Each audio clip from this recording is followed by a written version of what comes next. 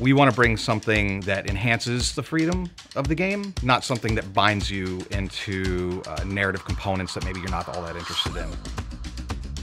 Creating a linear open world experience is just something that wouldn't be conducive to a Just Cause game.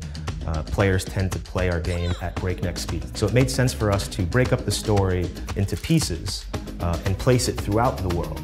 A lot of it comes from the world that we try to realize.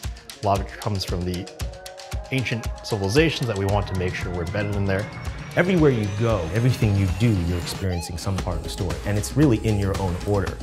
We put a lot of attention in crafting a narrative and delivering it in a way that we believe can really work and can finally entice also those players that are looking for a little bit more of depth into your character progression, into the reason for doing what you do.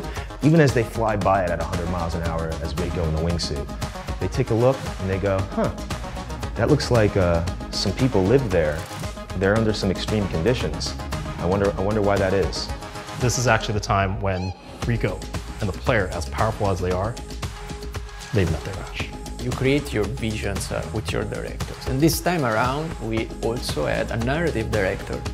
The big misconception with narrative or storytelling in games is that you need more to tell a better story.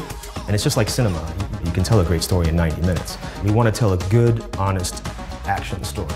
Every character we approach, the first question we ask ourselves is, who is this person? Why do they make sense for the story? How do they relate to Rico? Or how don't they relate to Rico? Does that create conflict? It's very important for us to not play into genre conventions. We want to create people that are believable and relatable and are unexpected. For example, one of the characters Rico meets, she's young, she's a rebel for all the reasons that Rico's never been a rebel for in the past. One of our very early aesthetics that we tried very hard to nail was this idea that there's something new to discover around every corner.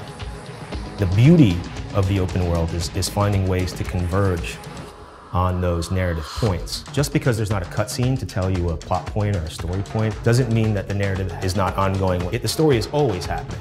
You're spending time with these characters across all these objectives and you're getting to know them. It's a bit of a different socio-political setting than we've had in previous Just Causes, which were more built around like a dictator or a warlord. This situation, it's a little less obvious who the enemy is. And instead, you're forced to kind of expose the layers of both corruption and malintent underneath that.